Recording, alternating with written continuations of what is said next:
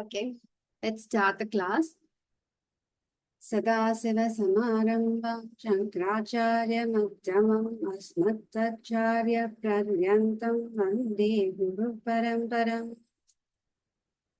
Om Guru Brahma Guru Vishnu Guru Devo Maheshwara Guru Sakshat Parabrahma Tasmai Shri Gurave Namah.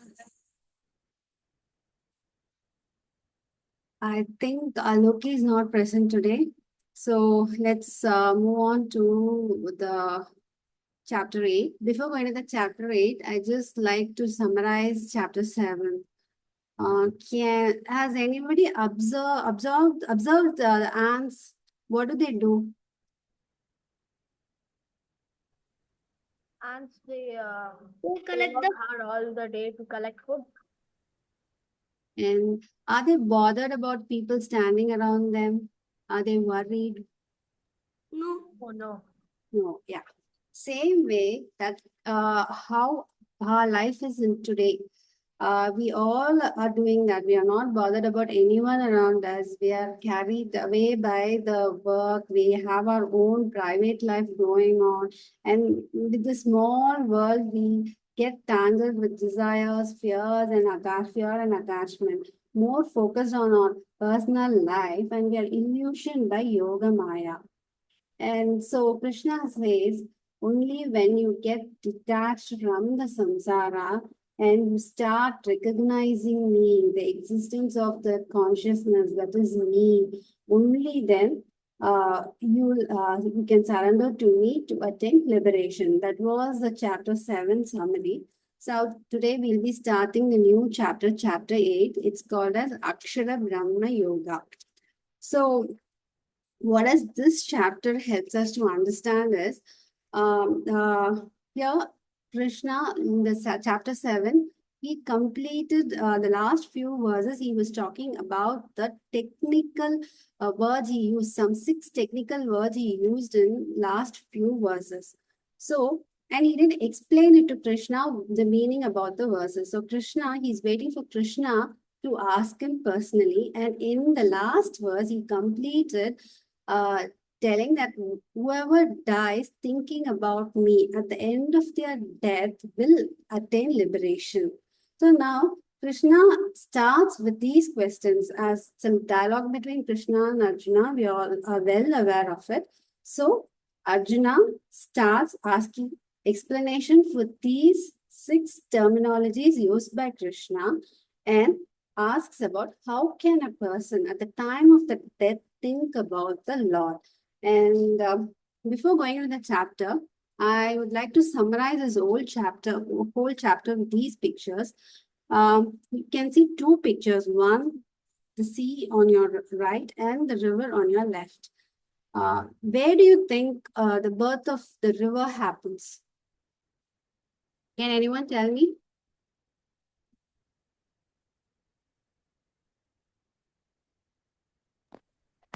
Left picture.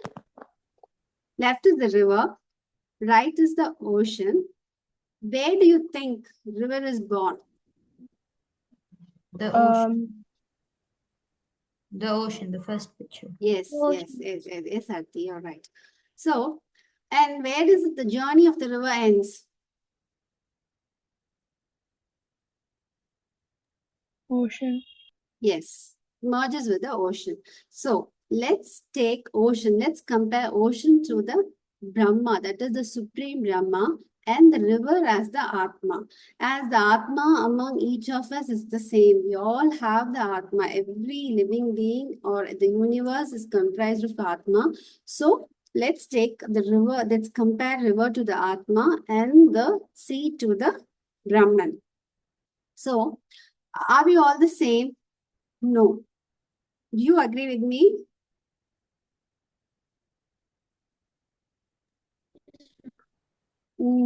Some are taller, some are shorter, some are stronger, some are fragile. So let's take this human, let's compare this human life to the boats in the picture. And we all sail in the river of Atma together. Let's divide us into 2. Some, they get carried away with the material pursuits and they are happy settled in the materialistic world, enjoying desires, anger, sorrow, and fear. But the other group always strive for liberation from cycle of birth and death. So they study scriptures like us, and their life is organized in the way scripture asks us to do. So these are two groups of people. Do you think everybody reaches liberation? Everybody, whoever, like both the sectors, you can take both people who are into materialistic world and the other people who are into scriptures. Do you think everybody attain liberation in the end? No. Yes. So let's see the hurdles we face in our life. Some get entangled in the whirlwind of desire and anger, and they happily settle down there. And it is like a whirlwind, they go on and on and on, and the journey continues. And some get washed away with the flood of fear and sorrow, and again the journey starts for them. Only few cross this path. And then again, do you think that few also reach moksha or attain liberation? No. Some disembark on the banks because of some samsara. Even when they are into scriptures, they get carried away and they get settled in samsara, and again the journey starts for them. But only the few reach the destination. And how do you think the path towards moksha will be? It will be narrow, it will be misty, it will be clouded. So, what are the qualities you should have to reach the moksha? What are the qualities do you think? Path of devotion, knowledge, unwavering faith, and determination. But here in this chapter, Krishna talks about path of devotion and unwavering faith. He talks about sahana upasana dhyana, through which we can attain liberation. So this particular topic alone, Krishna emphasizes and talks about this particular kind of meditation. So now to the verse 8.1. Ankita, are you there? Yes, ma'am. Yes. Hari Om Ol. Arjuna Vacha. Arjuna uvacha. Kim Tad Brahma Kim Dhyatmam. Kim tad brahma kim adhyatmam. Kim Karma Purushottama. Kim karma purushottama. Adhibhutam Cha Kim Proktam. Adhibhutam kim proktam. Ati Devam Kim Uchyate. Aditi deva kim uchyate. The short meaning of this verse is Arjuna asks, what is that Brahma? What is Adhatma? What is Karma? What is said to be Adhibhuta? What is said to be Adhideva? O Krishna. And next. In this verse, Arjuna asked many questions to Lord Krishna. Arjuna asked, O my Lord, O Supreme Person, what is Brahma? What is soul? And what are good karmas? What is the materialistic world? Who are the Devatas? Please tell me all about these. Arjuna had many doubts in his mind, and his thoughts had been totally disappeared. But here he thought Lord Krishna is only that supreme God who could clear all his doubts, because God of all gods was standing before him to clear his doubts. Arjuna wanted to know all about Brahma, soul, good karmas, cosmic worlds, and devatas. So he asked all questions simultaneously in front of the supreme power. Thank you, Hari Om. Thank you, Ankita. That was really good. And 8.2 moksha. Hari Om all. अधियज्ञः कथं गोत्र अधियभ्यः कथं गोत्र देहे अस्मधुसूदन् देहे अस्मतो सुतन् पर्याणकाले च कथं प्रयाणकाले च गतम् ज्ञेयो असि नित्यात्मभिः येयो असि ज्ञात्मभिः The short meaning of this verse is, who is Adhyagna? How does he remain here in the body? And how are you to be remembered at the time of death by the self-disciplined ones? O Madhusudana. In this verse, Arjuna asks two questions from Lord Krishna. First, he wants to know who is Adhyagna and where can it be found in body. Second, he wants to know how can a yogi remember God at the time of death. Here, Arjuna wants to know all about the departure of those who have surrendered themselves to God. Since Lord Krishna is expert in killing demons, Arjuna calls him as Madhusudana so that Lord Krishna might kill in the demonic doubts that arise in Arjuna's mind. Thank you and Hari Om. Thank you, Moksha. And these two verses are questions asked by Arjuna, and this he seeks enlightenment from Krishna, emphasizing the importance of understanding. And what are these questions basically tell us? It gives us a deeper knowledge of life's purpose and meaning. Now, from this third verse onwards, Krishna will start explaining the terminologies. Swastik, are you there? Swastik?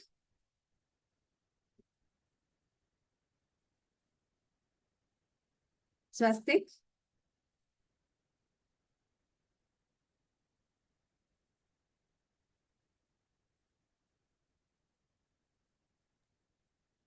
I don't see Swastik in the list. Maybe he's dropped off by mistake. Yeah, I think Swastik is not there. Okay. Can anyone chant? Is anybody like to chant? I would like to give a try. Yes, sir. Yes, ma'am. श्रीभगवानुवाच Shri Bhagavan Vacha अक्षरं ब्रह्म परमम् Aksharam Brahma Paramam स्वभावोऽध्यात्ममुच्यते Swabhavo Adhyatmuchyate भूतभावोद्भवत् करो Bhuta Bhavo Karo विसर्गः कर्म संज्ञितः Visarga Karma Sanchitaha. The Lord said the supreme undestructible entity is called Brahman. One's own self is called Adhyatma. Actions pertaining to the material personality of living beings and its development is called karma for fruitive activities.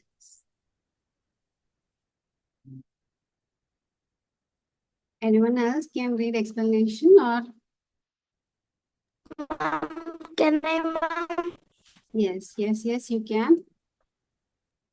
This verse explains the true presence and reality of the Brahman, and not only that, but he also explains the existence of a Adhyantama as well as karma. Brahman is the supreme indestructible entity that pervades in all people, and it's the tiniest fibers of our body and environment. Let us take the example of our body as a rope. We will take a jute rope. Everyone must have seen jute. Jute ropes are made up of jute fibers. These fibers are then made with exponentially expanding muscular structures. Making this structure are molecules. Making up these molecules are atoms. Making up these molecules are protons, neutrons, and electrons. Making up these quarks, this is later on concept. Now let us zoom out all the force holding together the different layer of the jute rope is Brahman.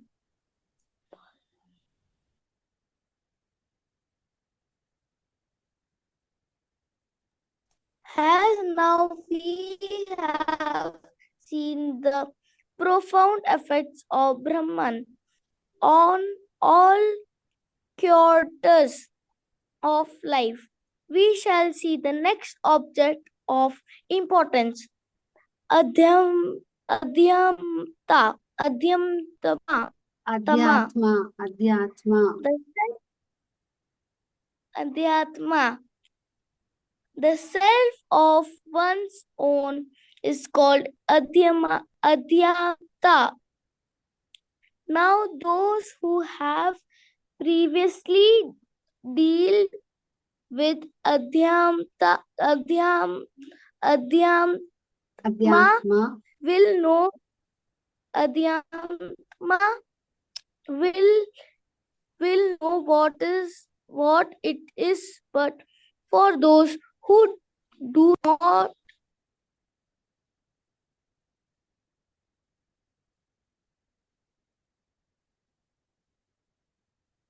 Aniket? Okay.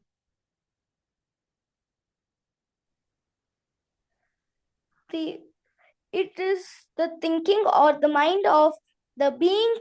Every single thought that has arisen in their mind has been via their adhyantama.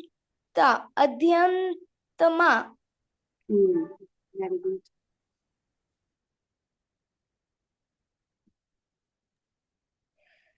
Now coming to the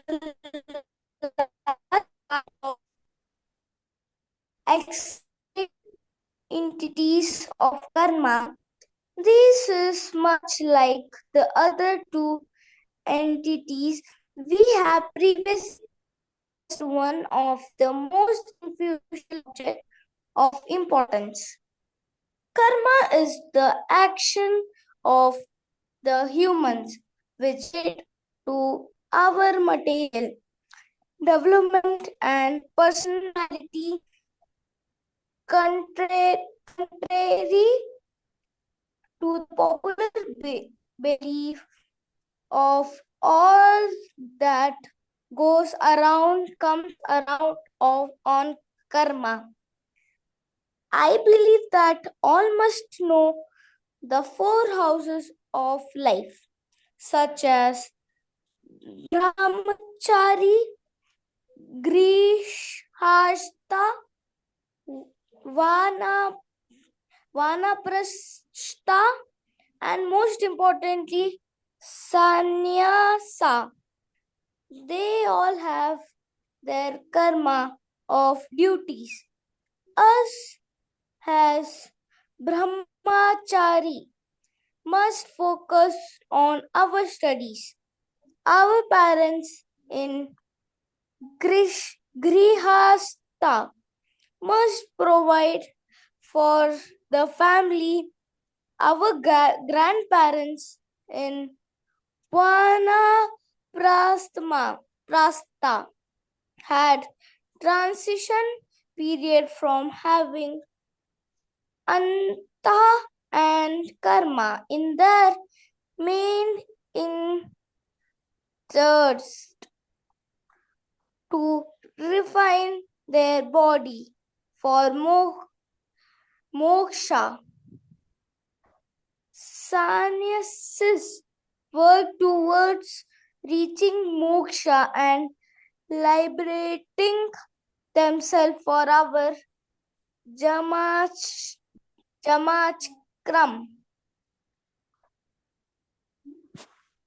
Thank you all. Special thank for Sachin sir for giving me this on cue verse. Thank you, Aniket. Okay. Now, we've studied 3 terminologies. What are they? Can anyone tell me? What are the terminologies? 3 words Krishna explained in this verse. What are the words? Karma, Yes? Adhyatma, Yes?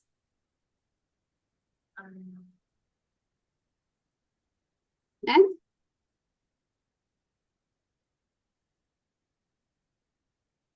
Sorry, I didn't hear you. Can you repeat it? the last one. Okay. Brahma, Adhyatma, and Karma. So, seeing this picture, can you relate these 3 words to the pictures right in front of you?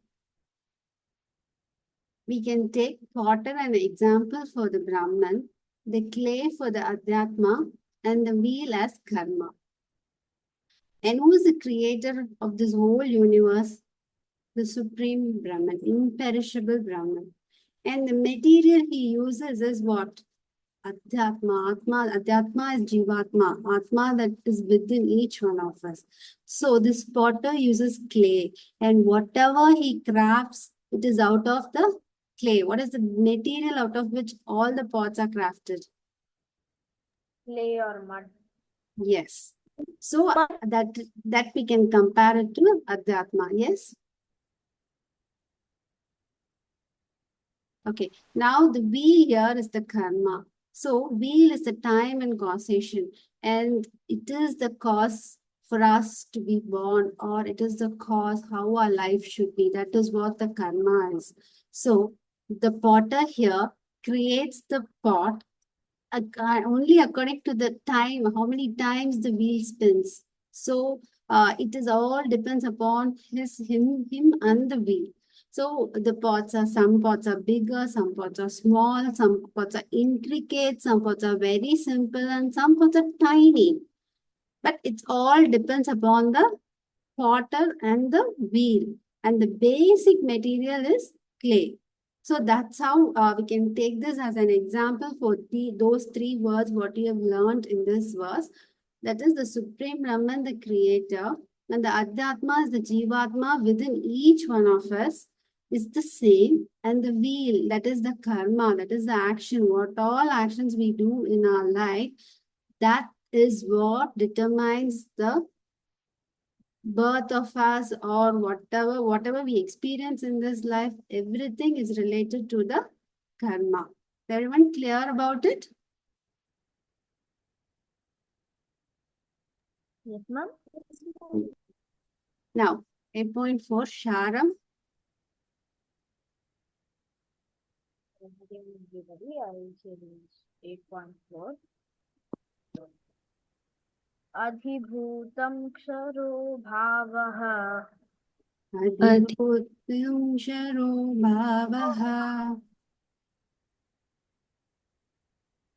purushashchadidaivatam Purushashchadidaivatam adhiyagnohamevatra Adhiyagnoyam evatra dehe dehabhritam vara.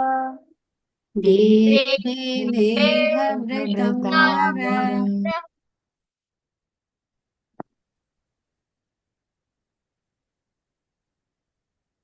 Ma'am, I believe there was a slide before this. Oh no, Okay. Sharam. Okay, ma'am, it's fine, it's fine. So the literal meaning was that Krishna was explaining what, sorry, it wasn't there in the slides, but Krishna was explaining It's okay. two of Arjuna's questions, the answer to two of Arjuna's questions about the Adi Deva, Adi Bhuta, and Adi Yajna, which were mentioned in the last verse of the seventh chapter. That the person who comes to the Lord is one who remembers him in all three of these aspects, even at the time of death, which, as Swastik had mentioned, has the pain of 2,000 scorpions biting you all over your body. So, to explain it, Adibhuta is all that is physical. Whatever we can conceive with these eyes, the universe we're exploring with satellites, this world around us, chairs, space, wind, fire, everything is the Adibhuta. And it is never the same. It is constantly changing. Next, we have Adidaiva, which is the ruler and god of all other devatas. The devatas are just forms created by the supreme god so that it's easier for us to worship him with that aspect. All the other gods like Vayu takes care of the wind. Then there's Agni for fire. Then there are many other gods like Vishnu who deals with sustainability.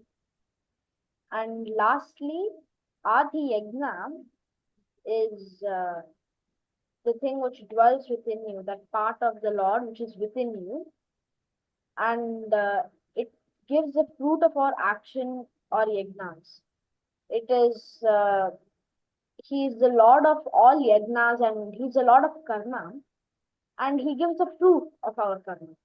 That is Adi Yajna. I hope you understood what the three were. Hari Om. Thank you, Shara. Yeah. Now, explaining this verse, what are the terminologies we studied in this verse? Adi Bhuta, Adi Daiva, Adi Yajna. Yeah. And the picture on your left, that is the puppeteers, 7 puppeteers on the top and the puppets down. Can you relate those words to the picture there? Adi Yajna is the center. He is the master puppeteer and he is the architect of the cosmic plane. Whereas the other 6, the 3 on his right and the 3 on his left are the Daivas, because they all come under Adi Yajna. They have powers, but everything is controlled by Adi Yajna. And these puppeteers down are the cosmic. That is, we are like puppets in their hands. But this picture on your left, the puppeteers are not seen, they are hidden behind. Why? Can anyone explain? Can anyone understand why there is not there? All we What can does this? conceive is the Adi Bhuta. The Adi Yajna and Adi Daiva are not seen to our eyes. Yes, Sharon, very good. Because we all think we are the inventors, we are the creators, we are the mastermind behind our life, but unfortunately not. When we realize Adi Yagna is the ultimate, that's where our journey starts towards liberation. Okay, now 8.5, Aditi. Hari Om. I request everyone to chant after me. Antakale cha mameva. Antakale cha mameva. Maranmukta kalevaram. Smaran Mukta Kalevaram. Yah prayati samadbhavam. Yad prayati samadbhavam. Yati nastayatra sanshayah.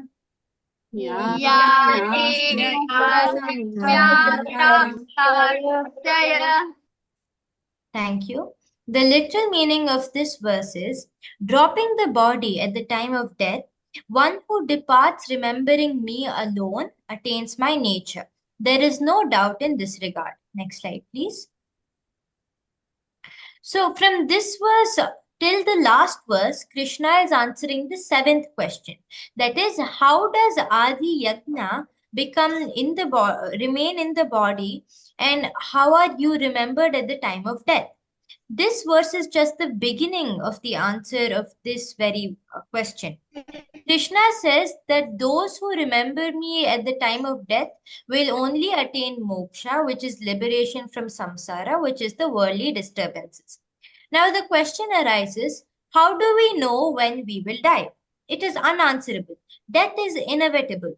It means that any human who is born will die someday. For beginners, it might be hard to digest, but my friends, this is the circle of life. We must look at death as an opportunity to either be liberation or the body traveling to another one. When Krishna states dropping the body at the time of death, it's like taking off the banana peel from the banana fruit. It is just the physical body which is being dropped. So we were talking about remembering God at the time. We do we we do not know when we might die. So the deeper meaning of this verse is that we must remember God in any aspect of life. From the minute you wake up till the second you sleep, in every action, every word you speak, in every thought you have in your mind, you must remember God. And if you do so, there is no second thought of you attaining moksha. As today is Independence Day, I would like to take an example of our freedom fighters who sacrificed their lives for our nation's freedom. This is because in every battle that they fought, there was only one thing in their mind, and that was a, a free India and to serve our country. So similarly, in every second of our life, we must remember God. Thank you and Hari Om. Thank you, Aditi. That was really nice. Thank you. So explaining this, like Aditi said, from this verse onwards, Krishna will be explaining about the importance of remembering God at every point in your life, everything you do. Like we are born and the journey begins there. But do we reach moksha? Are we going to be liberated at the time of our death? Is what the question is. And here, Krishna explains about Sahuna Ishvara Dhyanam, that is focusing on one form of God. We all are attached to each particular form of God. For me, it's Ishvara. For each one of you, it's one particular form of God. So anything you do, start from morning, brushing your teeth, you can think about the Lord. Anything you do, I'm a cake decorator by profession. So every cake I create, I always think like I'm dedicating it to Lord. So how perfect it should look, how appealing it should look, how good it should look. And in the same way, when I get the feedback, most of them will be happy with the cake. But I do have feedbacks. The cake was dry and it was not nice and all that. Even that, I started accepting it with as if it is prasadam from Lord. I have to learn something from it and move on. And only then, with that attitude, only next day you'll be able to wake up cheerfully and start doing your work with lots of enthusiasm in life.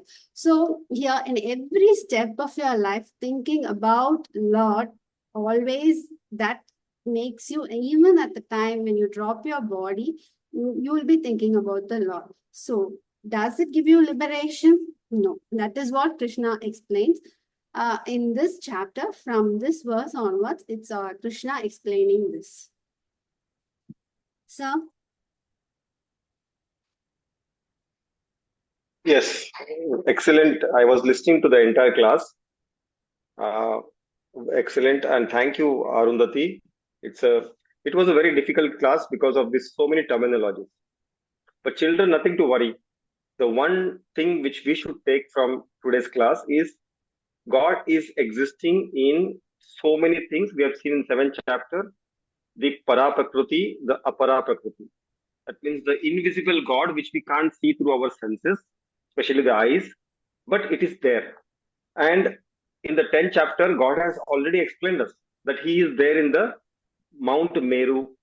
He is there in the beast amongst all the beasts. So He has explained everything where He is. But now, to understand and also keep in your everyday activity, like Arundhati madam said, wherever she does her cakes, she's a cake creator. I have seen her creation. It's literally like a creation. Maybe Arundhati madam, if you have photos, you share now in this group, now after this discussion. Beautiful. Sure. She has made almost like a zoo. If a child likes a zoo, all animals will be there on the cake. If a girl likes something like a dolls, multiple dolls will be on there. Someone likes a car, she makes a car. So she's a creator, like a Brahmaji. But how do we keep this in mind in everyday activities? Like if you are studying children, it's very difficult to understand that algebra or mathematics or physics, very difficult sums or theorems. How can that be God? Isn't it? But that time, if you do upasana, upasana is what the whole topic is now. From now on, from the 6th to 24th, 28th almost, is only upasana. Krishna is going to tell Arjuna through 8th chapter how to come near God. The only negative part of this chapter is it is talking about death. When we are talking about going near God means we are talking that generally after death. But we will take it positively. Don't you think every day we sleep is very near death only? You are going to sleep, everything is shutting down. But by God's grace, everything starts again waking up. Just like your computer goes to sleep when you keep the lid down and it wakes up. In all these activities, God is saying upasana.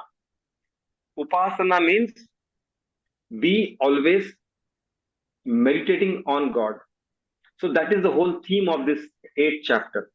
So that in case a call comes from Lord, you are already very near Lord. So Lord will accept you easily. This is what is Akshara Brahma Yoga. So I'm very happy that with the moderation of Arundhati madam, moderation of Sarika madam, we have two moderators ready for our classes, as well as I think Aditi, Sharav, Swastik, and Pragnya, if possible. All this will moderate next time. So this ends the class. Hari Om. We'll end the class and then we ask for volunteers for the next class. Om Purnamada Purnamidam Purnat Purnamudachyate Purnasya Purnamadaya Purnamevavashishyate. Om Shanti Shanti Shanti Hari Om. Happy Independence Day to all of you. Happy Independence Day. Happy Independence Day, sir.